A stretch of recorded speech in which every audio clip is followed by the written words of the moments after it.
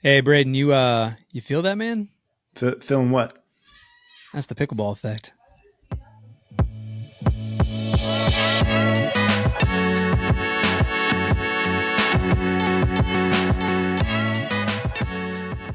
All right, give us the goods. What do our fans and listeners have to look forward to this time around?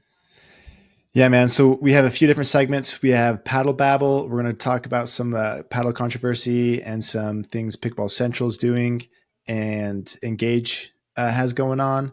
Then we're going to do the in and out section again. We have a couple topics we can talk about what's in, what's out. Then we're introducing a new subject or a new segment. We're calling it 3.0 to 5.0. We're Mm, going to talk about some tips on how to get there. And then we're going to finish with Joe's Talking Pros. I love it. I'm excited. Paddle Babble.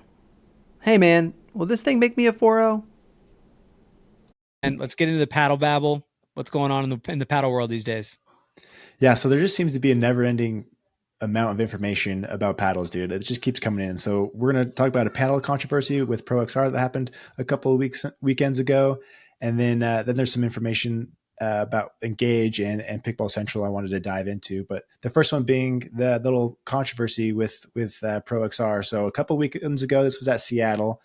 There's some people that did really well in singles using the ProXR Zane Navratil paddle. So I have it here. I actually just got these this week. I haven't spent a ton of time with these, but I've heard pretty good things about it. It seems like it's a little bit of a niche paddle, but there's a lot of people that love it.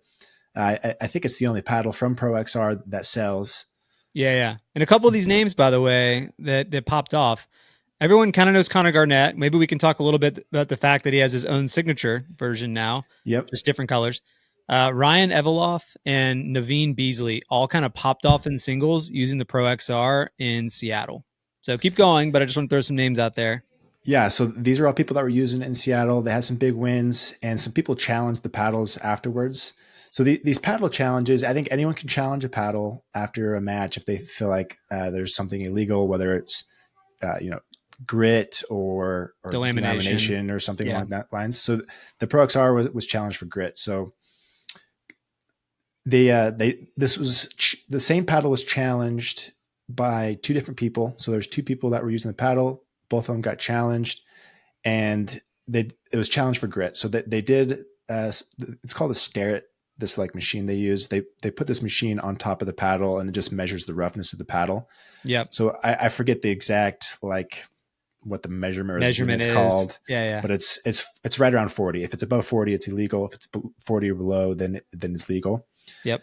So there's not a ton of information on why they do things the way they do, but apparently if they test it 3 times and if it passes at least once, then it's considered legal.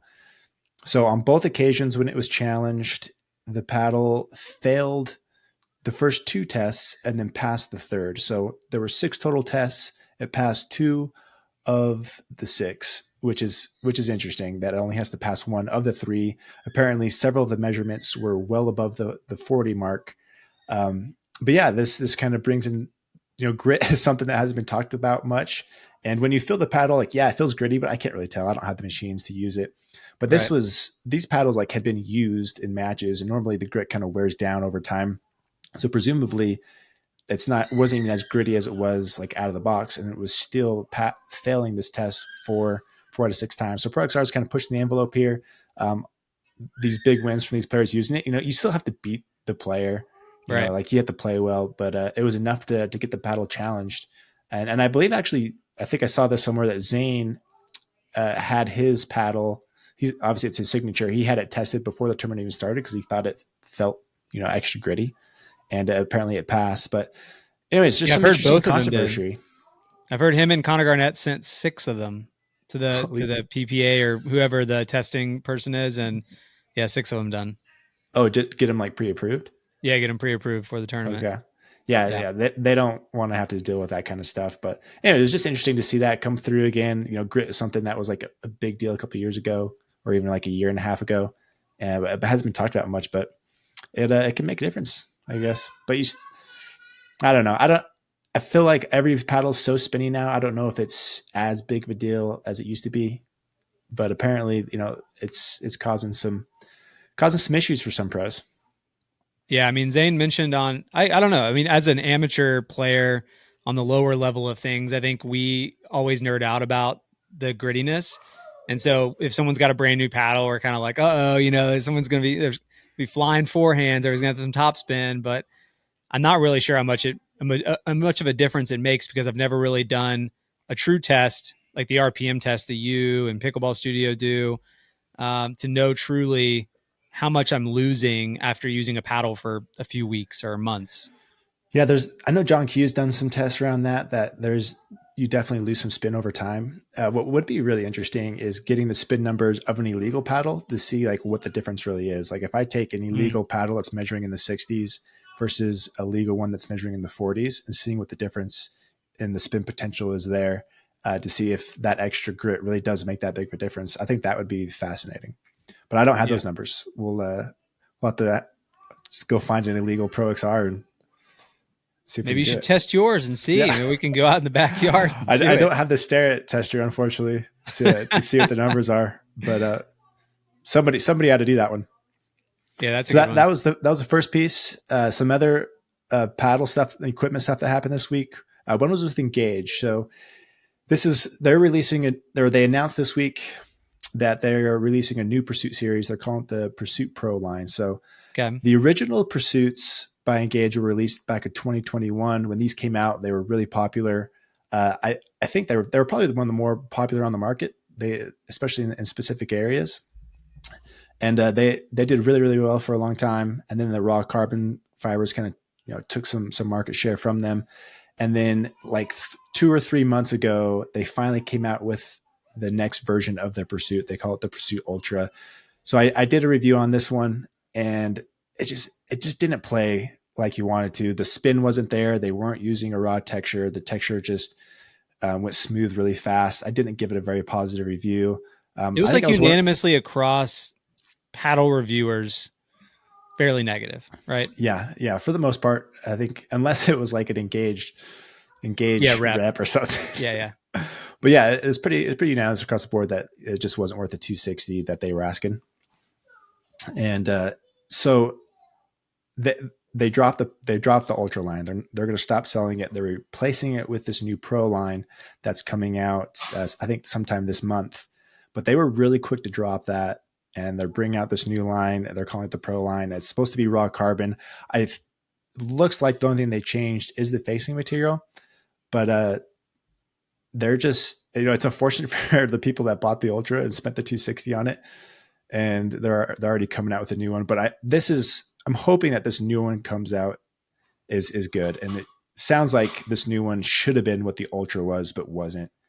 Yeah. But they were really quick to pivot there, so we'll see what this new one is. But I just I thought it was kind of funny that they just turned the Ultra off so fast, and it sucks for retailers because when I was doing the retail thing before, You would have I bought like 50 you of would them or have 100 of them, wouldn't you? well, I mean, I was still selling when the Ultras came out, and I decided not to sell them because that was kind Right. of part of my philosophy. I was like, if a paddle sucks, I don't want to sell it, so I decided not to sell them. But the Pickleball Centrals, all these other major retailers, from with whoever, they probably bought a ton of them, and they're not cheap, and so they're probably just out, unfortunately, on a lot of those paddles, and they'll try to sell those for cheap or whatever just to get some of their money back. But so that was interesting.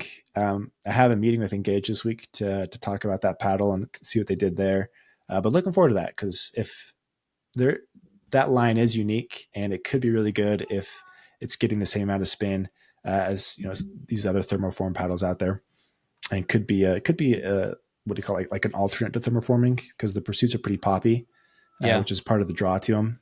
So if they can have that pop without the thermoform, then that would be pretty significant, just because you don't have to worry about the delamination issues, and it's just it gives you an alternate there. But they are expensive, and they tout that everything's made in America, all the materials, the sourcing. So that's kind of their claim Yeah. to fame, and why they charge so much. But yeah, looking forward to those. Those could be good.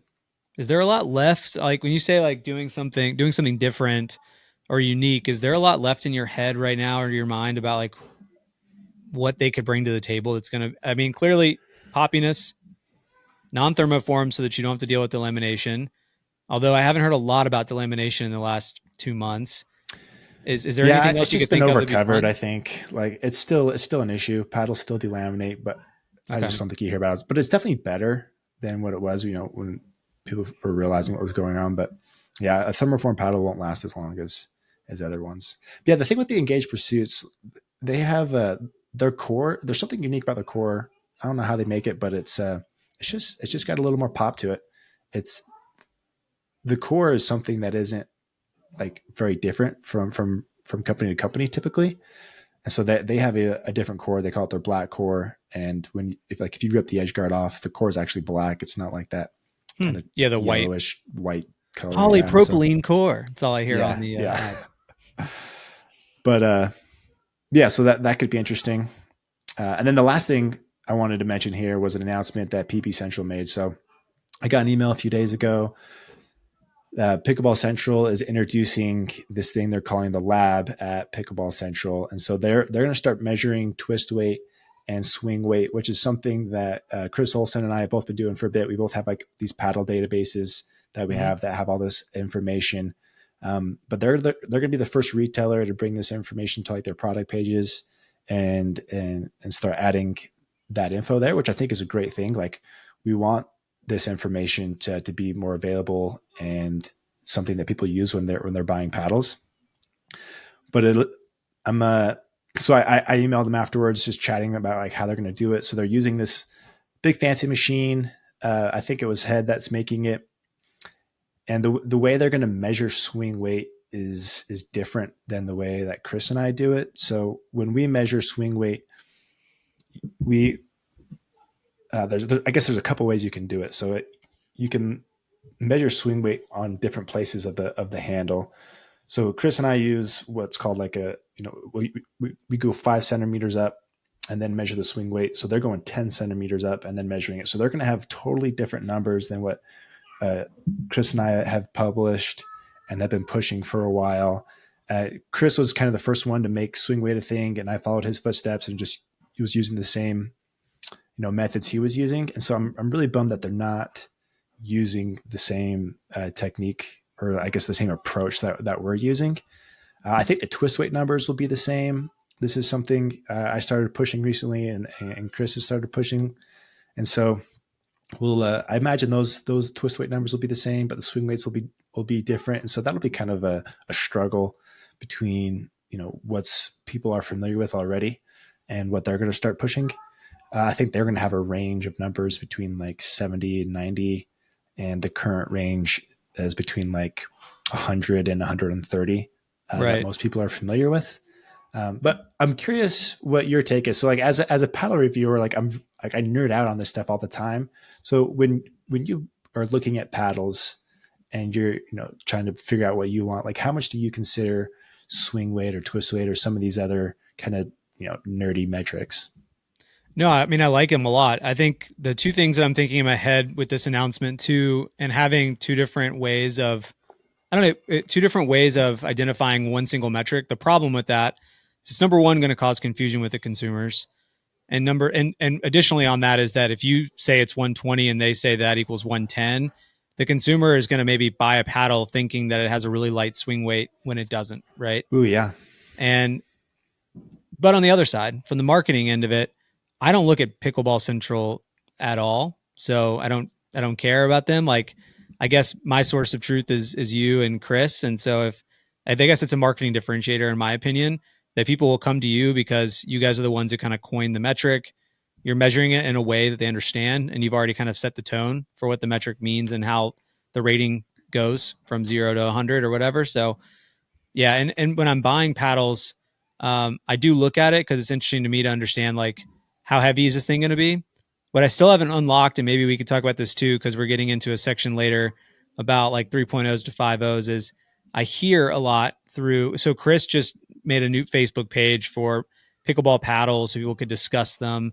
Mm-hmm. And there, plus the kitchen, all these other forums, I hear a lot of people like someone will ask about a paddle. The next thing I get is all the stuff that you guys have put together. Hey, these are the specs, this is twist weight, this is swing weight.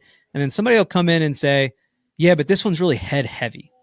And I'm like, is that the same thing but different for swing weight? Or Is someone do like, is that could you tell me on the balance metric that you guys have? Like, where does head heavy land, and how would you know for a fact that it's head heavy? Yeah. So I would say something starts to feel head heavy around like the 115 plus range. Like Okay. 120 is when you really start pushing it. 125 to 130 is like really head heavy, but a lot of that is relative, right? Like if you're coming from a really light paddle that maybe had a measurement of like 110 and then, or even lower than that, maybe like 100 or something.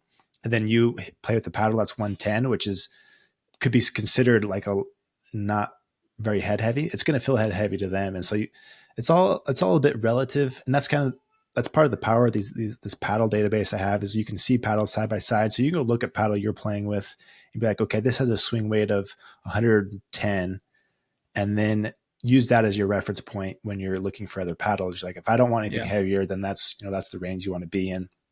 And so it's hard to say, what head heavy feel, it's going to feel different to different people depending on where you come from. But like if I'm using descriptive language, like I would say like a moderate swing weight is about 115. Anything below that is lower. Anything below that or above that is higher and is more on the head heavy side. And So but why that's the is it scale I always head use. heavy though? Like for example, in tennis, Roger Federer, he was known, and a lot of other players do it now too, but he was known to put a big heavy leather, like genuine leather grip on his racket, Yeah. which made it very heavy at the base, so he could basically plow through the ball and then speed through the head. Mm-hmm. Is I mean, adding all the lead tape to the throat, is that helping with head heaviness and the swing weight, or just one or the other? Yeah, so it's actually kind of a misconception that people think if they add lead tape to the throat, it's going to bring the swing weight down. It's false. Like any weight you add is going to increase the swing weight, no matter like where you put it, or at least from where I've tested, which is the handle and above. I've never put any weight in the handle to see what that does, but Hmm. any weight you add above the handle is going to add swing weight. Different placements will add more than others, but the difference with tennis and rackets and pickleball paddles is just the shape. Like paddles are just so much smaller that there technically isn't a head flight paddle the way you describe a tennis racket. So tennis Yeah. rackets can actually have a balance point like at the bottom half of the paddle where it's head light. But you can't have that with pickleball paddles, just the way they are. Like everything will be considered head heavy, but just to what degree, I guess. Sure. Okay. Interesting.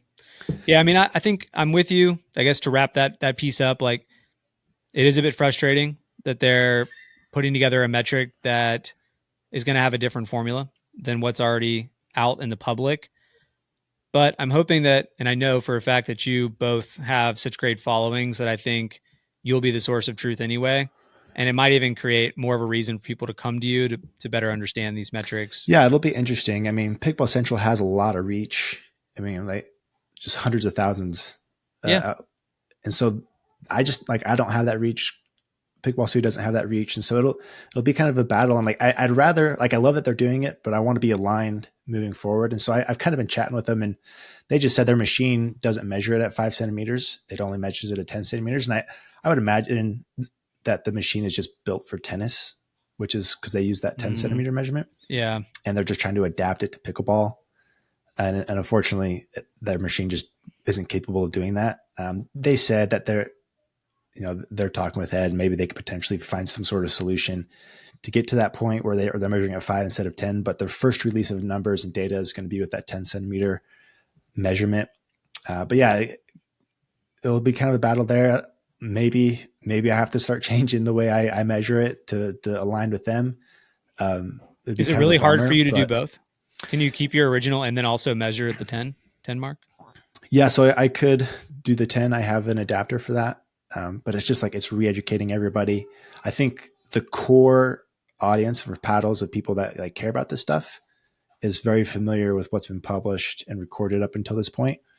And they'll be introducing this number to a lot of to I think the core will be confused, but there's probably a lot of people that don't even look at that number that this will be brand new to, and so it won't matter to them, which Mm. is probably the majority of their audience. Like they sell a lot of paddles to, just beginners. People are buying their first or second paddle, and they may not care about those metrics as much, and so they'll Yep. be introducing it to the first time. And And then as they start to get more involved, that's where the confusion will happen. But overall, like I'm really happy they're doing it. I just want to, hopefully we can get aligned, whether someone's going to have to conform to the other. We'll see what happens. Step But it up, Pickleball Central. that's Come the on. end of the paddle babble, dude. We're going to jump to the next one, which is in and out. In or out?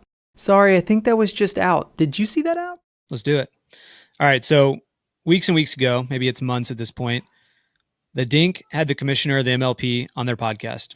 Talked about all sorts of great things, one of which was the ball. So keeping it short and concise, MLP says they're coming out with their own ball. We don't know when, but now with the newest regulations around the paddle colors, which we talked about last week, I saw an Instagram story from the commissioner of MLP who mentioned the ball is coming very soon. I really have no idea. I know on one side of it, I know it's definitely a branding play and just a business play in general. Play with the MLP ball, people will do it. It's probably cheaper too. Like if they're buying Duras, like they're like, $3 a ball. Like that's expensive. I mean, if you cook through, 2-3 balls a game or a match. Yeah. Not only is it branding, but it brings that in-house and verticalizes a piece of the equipment. Right. But the other side of it that I'm not sure of yet is whether or not they're going to change anything with the ball. And this is where we go for in or out. I want to know, are you in or out on the idea of changing the texture, size, the materials of a pickleball? Yeah, I mean, I'm not opposed to it. I don't know what they would do as far as changing. Like, I guess they could use different plastic. I don't know.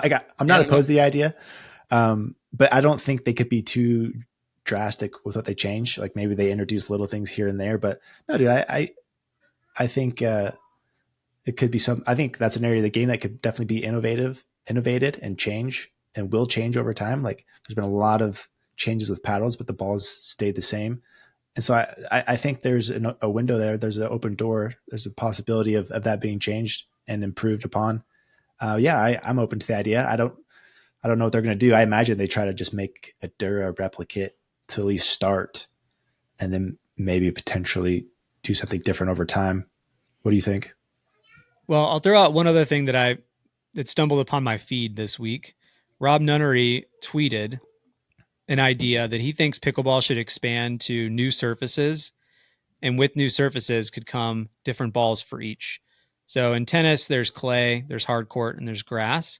I've already seen pickleball players playing on clay at like traditional country clubs. They're just basically using the clay courts and kind of drawing the lines out, So I do think there could be something there. I'm with you. I'm not an engineer, so I'm not sure what you could do to the ball, but the one thing that what's this guy's name? He has enhanced pickleball. I think I've talked about him on my podcast. Oh, the like foam ball or something he made.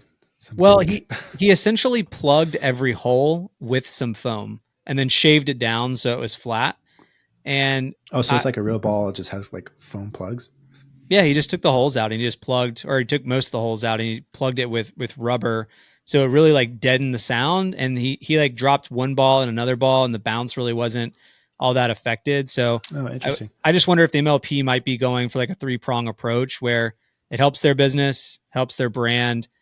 And what if they introduce something that helps cut down on the noise complaints that we've heard a zillion times over in the news? Yeah, that's interesting. And now that you say that, like them owning the ball allows them to change it however they want. Because if they have to react and use what's on the market, they don't have as much control over what the ball is.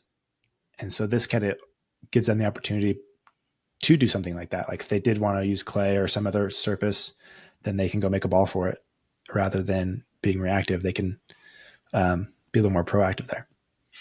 Yeah, we'll see what happens. We'll keep you posted, folks. But yeah, I mean, just the general idea of surfaces and balls, like, what do you think? Do you like the idea of different surfaces at different tournaments and things like that? I love the idea of different surfaces. Right now, I think it would be really easy to go to clay, especially in the Southeast. I don't know if you have much clay out your way. I've never walked on a clay court before. Okay, yeah. So it's really, really popular here in the Southeast.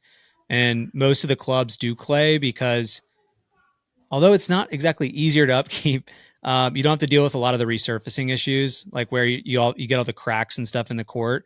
As long as you're maintaining them and keeping up with them, you don't have the So cracks. like clay courts, like describe it to me. Like I know you can slide on it better, right? Like movement isn't as quick.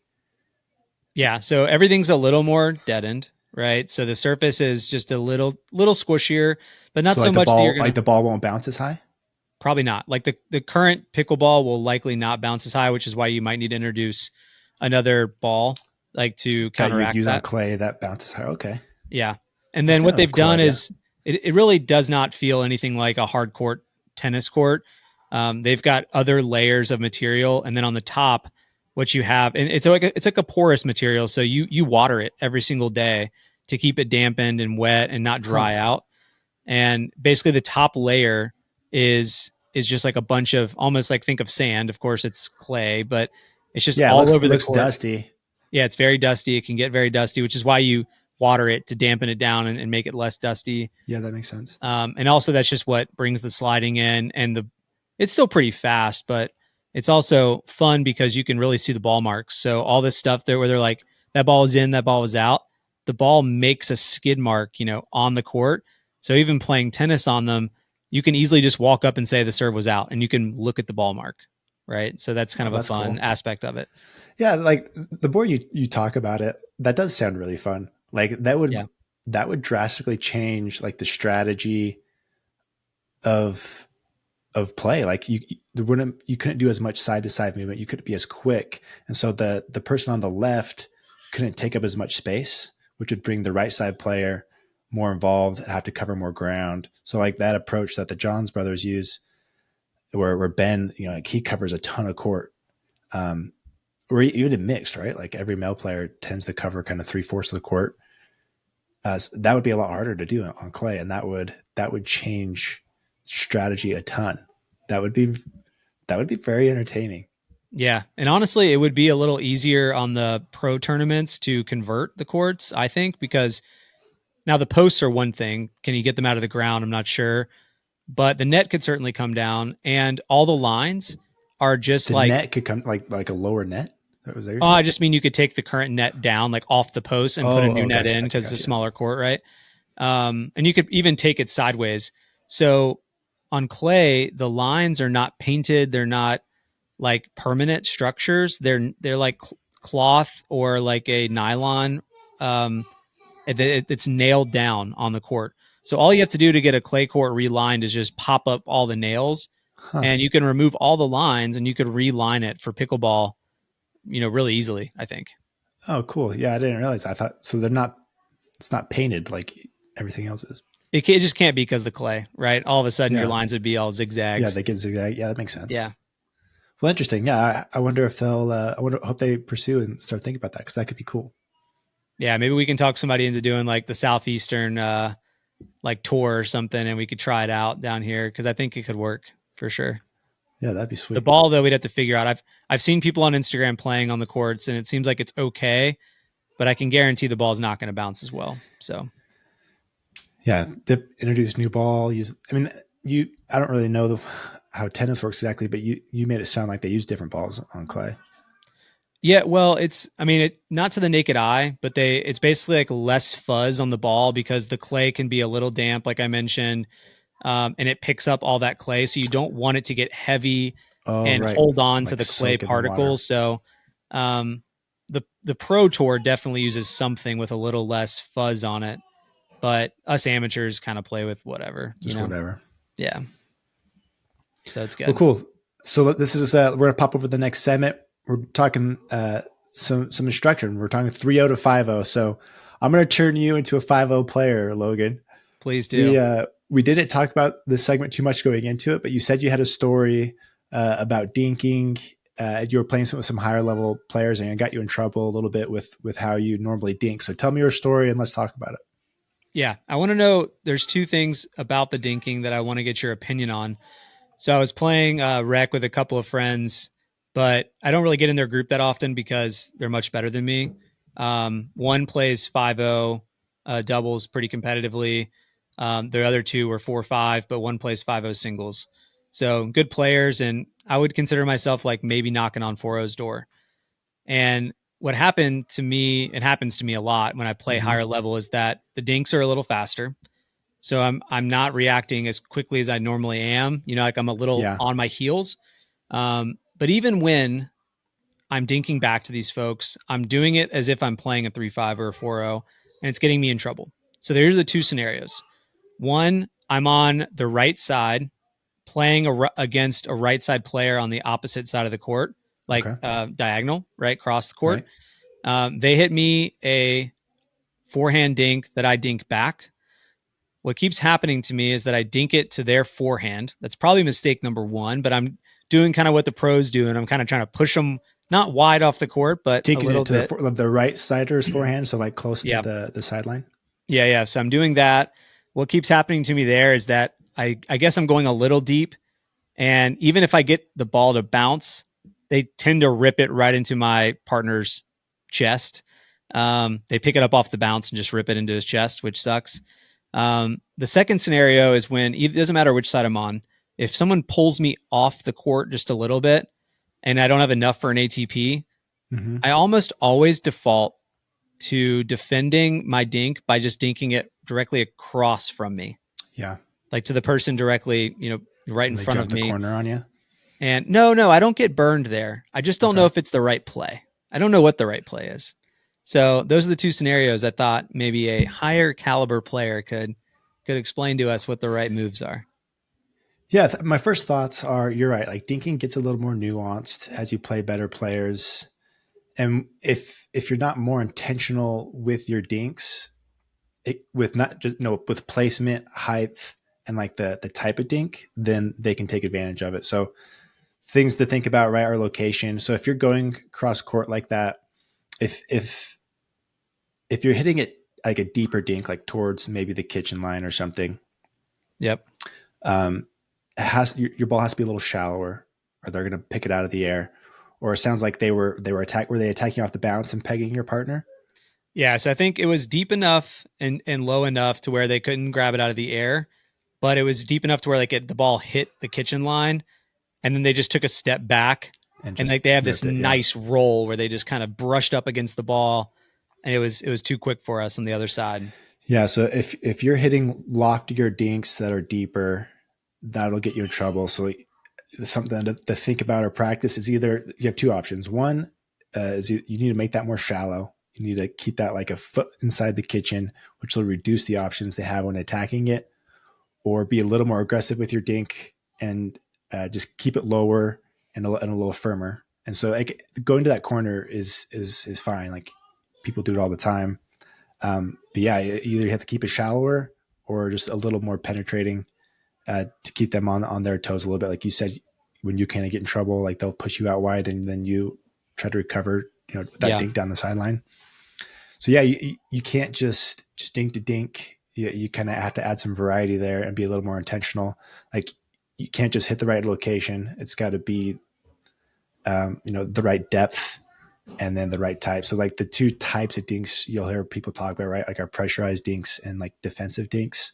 So if it's a pressurized dink, it's got a little more pace, a little lower trajectory. Okay. And, it's going towards the kitchen line. So those you want to be a little more penetrating, a little, like you'll see people do like those forehand rolls. Like Lauren Stratman's really good at that. Yeah. On the right. She does that kind of, Annalie does that out the backhand a lot. So there's that pressurized dink towards the kitchen, but you don't want to do a fluffy dink towards the kitchen line. Those have to be shallower. And so it's just practicing hitting those a little shallower if you need to, if you don't have that pressurized dink yet. But yeah, going to that location is fine.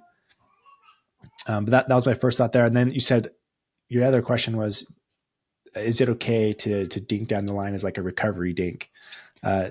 You do have to be careful. Or what with should that. be like? What should be my number one thing to work on or practice? What's the number one choice? I've heard that it's actually to go to the opposite player's left foot. You following me? Yeah. But I don't know if I don't even know if I could hit that ball, number one. But if I was going to practice, then I think I'm just want to make sure that's the play. Yeah, that left foot is a target. You don't want to go there every time, because if you're playing somebody that has a strong left sider, then they're going to reach in with their forehand, and that's what they're going to attack and take that out of the air. If you're going for that left foot a lot, they'll Yeah. see that pattern and they'll pick that off. But there is an opportunity there to put them in an awkward position because it does force the left sider to be stretched. And that little backhand dink off your left foot is kind of tricky for that right sider. You can't really, it's difficult to attack. It often results in more of a defensive dink, which could lead to some opportunities for you to be more aggressive with your dink or attack. But yeah, go there. You can hit those a little deeper. Usually there's a little more space. Those are a little more difficult to attack unless you're playing a really strong left sider that looks to pick those off. You have to be careful of that. But yeah, that's a good location. And then yeah, kind of going between those two spots is a good place to be looking for opportunity. And then your partner, when you're dinking across court like that and you're in that pattern, you're trying, hopefully your partner can kind of step in and roll something. Or they give you something high. But on your other question, like it's totally okay to recover down the line. You just have to be careful with the Ernie. Typically, if it's possible, I'm going to bring that like 4 or 5 feet to the left of the sideline so that it's harder to Ernie. Sure. Yeah. But yeah, nothing wrong with hitting something soft in front of you if you're in a more defensive position. But sometimes that can result in an attackable ball because that's a little fluffy, a little more defensive. You try to keep that as shallow as you can so they can't do too much with it. But yeah, nothing wrong with staying on that side of the court if you need to. Sweet. Appreciate it. And then the other topic here, so you brought up fourth shots with me recently. How do we deal with fourth shots? And so I was going to talk about this one. And this is a shot that is like, should be like, it's an easy fix that you can do when you're transitioning to that 4-0 level. But if you don't think about it, it can get you in a lot of trouble because if you don't treat the fourth shot correctly, then 4 or 5 players can punish you for it. So for this one, I got my board. This is let's do it. This is the strategy board. You're gonna have to bring it a little more center. Can you? There we go. Right there. Okay. Yeah. So we're talking fourth shot. So the fourth shot is somebody will serve it. So this is you right here. You're at the top. They serve it to you. You return it, and then they are going to drop it or drive it. Right. Yep. So this is their third, and then what do you do with this fourth ball? So the general idea is you want to be aggressive here. If they hit a bad drop, like it's good advice to lean in, try to punch that back at their feet, be aggressive with it, keep pressure on them. Or if they hit a drive, if you can do something with it, there's nothing wrong with being aggressive and trying to punch that drive back. But where people get in trouble when they're making that transition to 3-5 to 4-0 is somebody will hit a good third. Okay. Yep. So this person drops it in right here. Logan's standing right here. When you first start pickleball, people just drill into your head. If they're at the baseline, keep him back. It's just what you hear all the time. And so if someone hits a good third here, they're typically, they're working their way up from this position, but they're not all the way at the kitchen line. Yep. And so this person is like, oh, I got to keep that person back. And so they hit something a little higher, a little harder in this general area. And then their partner will step in and just punish you for it. They'll poach and they'll do some damage there. And so if someone hits a good third, you need to respect it. There's nothing wrong with just dropping this back into the kitchen, just dink it into the kitchen, just reward them for hitting a good third. Like there's no reason to try to put something on this if it's not available. Like if they're back, that doesn't mean you have to hit it back to them. Sure. That's good advice. Especially if it's a cross court drop. So like if this person drops to the front, it's easier to be aggressive off of a third and hit it down the line because this person can't poach. Yep. But if they're typically, like 80% of drops at the higher level are going to be cross court, and which creates opportunities for your partner to kind of step in, get involved, and potentially poach something. There's nothing wrong with just dropping it back into the kitchen, even if they're back. So don't fall into the trap that you have to keep someone back if they every time. Like there's definitely places in the game where it's okay to just hit it back in the kitchen, reward them for hitting that good third and then just move forward. But if they do leave a third up, yeah, like go for it, be aggressive, get it down on their feet. But if you have to swing up on the ball, then just drop it cross court and go Just get the point going.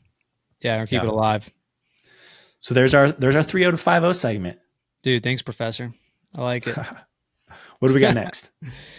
Yeah, let's talk some pro pickleball. Above average Joes talking pros. Psh, hey man, I could have made that shot. This would be a good way to kind of round us out. And then I've got at the end, I got a little something I want to ask from our listeners. So, big storylines today. Let's just go over a couple of things that happened today, and then we'll go back in time. So Tyra Black, this was her first ever championship Sunday, and she won women's singles, which is amazing. Super cool. Yeah. Same old on the women's side. Anna Lee and Anna Bright, they won. And then on the men's side, Tyra did some damage on the women's side too. So she took bronze with Elise Jones. Yeah, which is doubles. Great. So these were her first 2 PPA medals. She's been on the rise. So it's fun to see her get some results. Yeah, I love that. And when I started doing this, when I started doing the Sunday Dinking Club, my first ever guest was James Ignatowicz. Mm-hmm. And I got to go back in the archives, but James was just like gushing over Tyra Black. He was like, "Oh, really?" Yeah, I was like, "Who's on the rise? Who do you got?" He's like, "Hurricane Tyra Black. Hurricane Tyra Black. She's amazing." So they play together down there in Boca Raton. So I don't know her, but it's cool coming to pass. It's coming to pass. Exactly, which is sweet. He was way ahead of it. That interview was like a few months ago, wasn't it? Yeah, but he had been drilling with her, so he kind of, I'm sure he could see it. All right, and then on the men's side, men's doubles, this is like got a little bit of an asterisk next to it, but J-Dub and Dylan took the W over Colin and Ben. They got gold, which is great. And then out of the woodwork, this guy's name is Gabe Joseph. Yes, won singles today over Federico. So yeah, and he came up through this tournament. I mean, he went through the gauntlet, like Ben Johns, Tyson. There was somebody in the middle there. He didn't play Ben. Oh, he didn't play Ben. Okay, he was on the same half as Ben, but Yates Johnson ended up beating Ben. That's right. He beat Yates. Gabe beat Yates. That's it. Yeah, good one. Thanks. But yeah, anyway, Gabe, he isn't new. He's been around. He's kind of a single specialist, but he's never had this kind of result.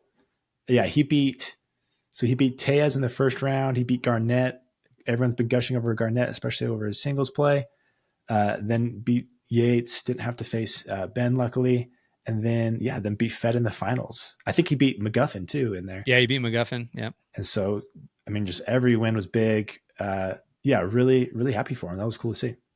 Yeah, and today was pretty big because he saved 2 game points in game 2. So he had already won game 1, but he was down 10-8 or 10-9, about to lose game 2, saved it twice, then comes back to win 12-10. So that was pretty epic. That was fun. I did watch that one. Yeah. So I guess a couple of storylines coming out of this. So Tyra Black, we just talked about winning women's singles, beat Anna Lee Waters, which is the first loss of hers except for Catherine Parento in 2023, I believe. So she came back in March. I think she had taken January and February off or something like that. She came back. She's been playing nonstop since I believe March, and has only lost one time, except now. So that was pretty big. And this was the big week. Like this was, if she won the Triple Crown this week, it would have been 7 in a row. 7 in a row. It would have been a new record. So she tied the record of most Triple Crowns in a row last week.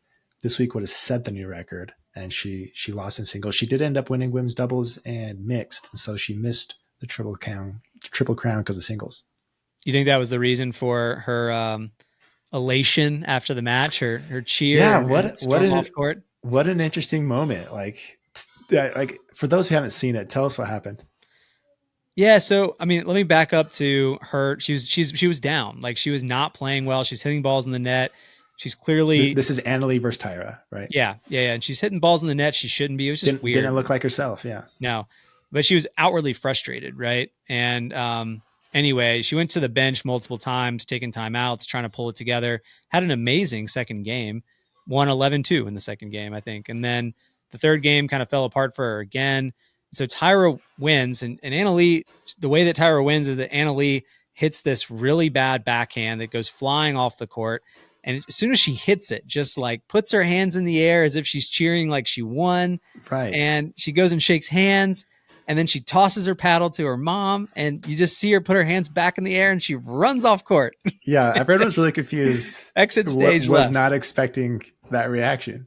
Yeah. And like the internet just went nuts over this, like trying to explain why or understand why she reacted the way she did. Memes What of were your thoughts on pickleball is it? the best on the planet, man. Everyone. I didn't see watching theirs. that. What was their best one? Oh my gosh, there's too many to name. It was so funny. Like, please go back and look. They did multiple posts, like multiple posts with multiple posts within them. Like, they must have put out 12 different memes on the subject, and they had me rolling all the time. But yeah, I mean, listen, I of course was all over Facebook and Instagram just trying to hear what people were saying about the subject. And the best one that I came up with, or not that I came up with, that I saw, was that her mom was definitely on the sideline telling her whatever. And I think somebody who was there might have overheard that she was trying to tell Anna Leigh to, like, listen, it's okay if you lose a point. It's okay if you lose. Like, but you need to have your composure. Have your composure. You don't want to outwardly be slamming your paddle against your. She does this thing where she slaps her paddle against her hip or her thigh, and that's kind of the way that she kind of gets after it. But I think that what I heard from this person online was that she was just so over it all, and like her mom telling her like to be composed, that she decided at the end of the match she was going to be just the opposite of mad and upset and just go for the cheer. And then she just threw her paddle to her mom and was like, peace out, you know? Yeah. So Interesting.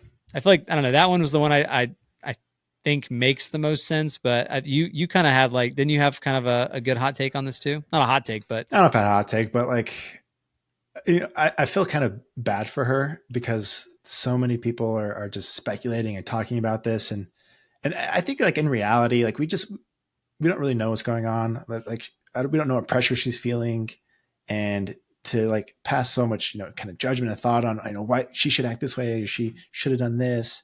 I just don't think it's fair to her, and we should all just give her some grace, like let it happen and just move on. And so we just don't know what's going on. And I felt bad that, you know, there was so much kind of talk about it, and I'm sure it's hard on her.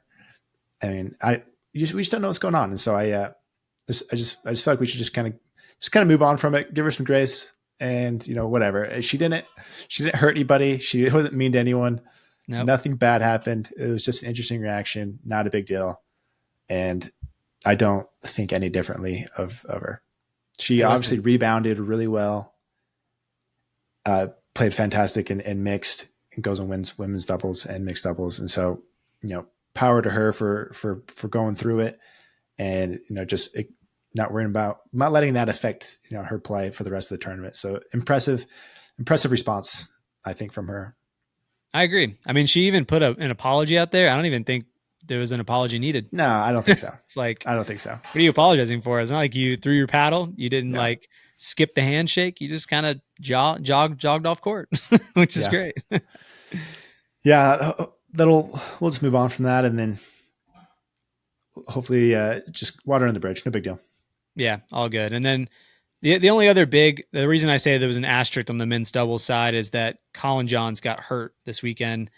And who was so Matt Wright was playing with Julian Arnold this weekend, right? No, he was playing with Garnett, and then it was Matt and Garnett. Oh, okay. And then and then Riley was with Kohler. With Kohler, yeah. So the reason I asked that is because Colin gets hurt early in the rounds. He's playing Elise Jones and this is on mixed day, yeah. Yeah, that's when he got hurt. Was against Eric Lang, I think, and for those who didn't watch, like he's playing mixed with Elise Jones. He made a big step to the right, looking, you know, to hit a stretch volley. Kind of slips. Looked like he tweaked his knee a little bit. They withdrew, but he came back the next day for men's doubles. Yeah, and so I think if you're going to go watch a match, go watch the match that is, I guess, Connor Garnett and Matt Wright and Colin and Ben. It is 2v1, and it is great. Like, Ben took every ball he could. Colin stood there on the side and did a great job just blocking anything that they sped up at him.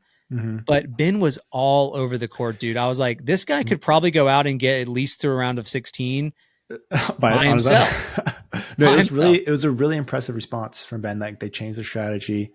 He stepped up, and it really probably the most impressive run they've made to the finals for sure. Yep. And today, unfortunately, didn't work out for him. And JW and Dylan were on fire too. I felt like they were played great. Yeah, they were. So really you say asterisk because maybe Colin was still injured. Yeah, he was standing 3 feet off the kitchen. He was giving his brother room to step in. He did look better today, though. He wasn't wearing the brace. He was wearing the brace on men's doubles day. He wasn't wearing the brace today. I don't know if that's an excuse for today. Like that, they might claim it, but I think he doesn't beat him. Like, JW played really well. Yeah, I don't want to discredit their win, but I don't know. My opinion was they weren't 100%. I'm leaving the asterisks off on that one. All right, fair enough. All right, the only other thing that I don't want to leave off. We never talk about the APP, but one cool piece of news is that they were in England. Did you see anything? I mean, it was on YouTube. Did you check it out at all? I went on, here and there. There was some stuff I watched on Sunday. So I had some friends from Boise that played in it. So Susanna Barr is kind of the local pro here. And then she played with another guy from here, Nick Pedersen. They ended up winning the mixed together there. And so I was really happy for them. So I watched their final and their semifinal. But that was kind of all I watched of that tournament, was just to support and cheer them on. Well, yeah, and I'm glad you did. And I just thought it was cool. This is like the first time I've really seen more international pickleball. It seems to always be in the States. So this was neat. And one cool thing they were doing was, like, I saw either on Instagram stories or something, they were doing like a Spain versus Germany. They were trying to do country v country. It was really confusing. Did you see that? The like one or two other times I chimed in, it was just for like a minute. I didn't understand what was going on. It was like MLP format, then some of it wasn't. I didn't know what was going on. Did you? No. I don't know. They were trying to do some sort of country thing. Yeah. I mean, it seems neat, whatever. I'm not sure it was executed all that well. Crowd wasn't great, but it was interesting. I could see past the main court. There were a lot of people in the corridor. So I wonder if there was just a lot of amateur players playing and not a lot of interest in going to that main pro court. But in any case, I'm glad they went and did it and televised it. It was nice, or at least put it on YouTube, streamed it. So that's cool. Yeah, dude. So to finish it off, we had a comment in our pod last week about where announcers sit. Like we thought they were on site, but we weren't sure if they were like in a truck. And so you did your thing where you go and find the highest person on the totem pole. Everyone I can. You go find the CEO and ask them. And so you went and found out the details on that. What did you find? Yeah, well, listen, first and foremost, I hope this commenter did not think that I was trying to like bring them down or prove a point. Honestly, I think it would be great if anybody, what I wanted to tell the audience too is like ask questions. I want to know, like, what are you curious about, and put it in the comments. And we'll do our best to go find out. So I reached out on like Instagram and Twitter and tagged all 3 or 4 announcers that typically are in rotation. And I got a response from every single one of them, which is cool. and I got a response from this woman who I got connected with through Jack Monroe. And her boyfriend is, he owns a business that is contracted through the PPA and APP and MLP to set all this stuff up. Oh, cool. So he runs around the country. They run around the country and set the booths up and the cameras up. So they said they did Beer City Open too, which I think some people said they really liked, the dual screen where you can see the replay. But yeah, quick and dirty. The announcers are there sometimes. The PPA, they split between either being at the Tennis Channel studio in Southern California, and they'll do it from there. Or if they're on site, they're actually in a media truck or van, like a trailer type thing. The only folks that are on the court would be MLP and APP. And for whatever reason, I never got a true answer on this, but for whatever reason, Sunday of MLP, they go back to the media trailer. So they don't, I don't know why they're not on court for that day, but there's your notes about. Yeah, so everyone was right that commented. Some people were like, oh, they're in the truck. Other people were like, oh, they're courtside. It's a mixed bag. So everybody was right. Yeah. But yeah, it's, and almost all of them told me as well, they would like to be on court. So I don't know why they're not, but it would be cool to get them out there in front of people. Well, good deal. Thanks everyone for joining. Appreciate you listening and your support. We'll see you next week. Put the questions in the comments. Let's go. Comments. Woo!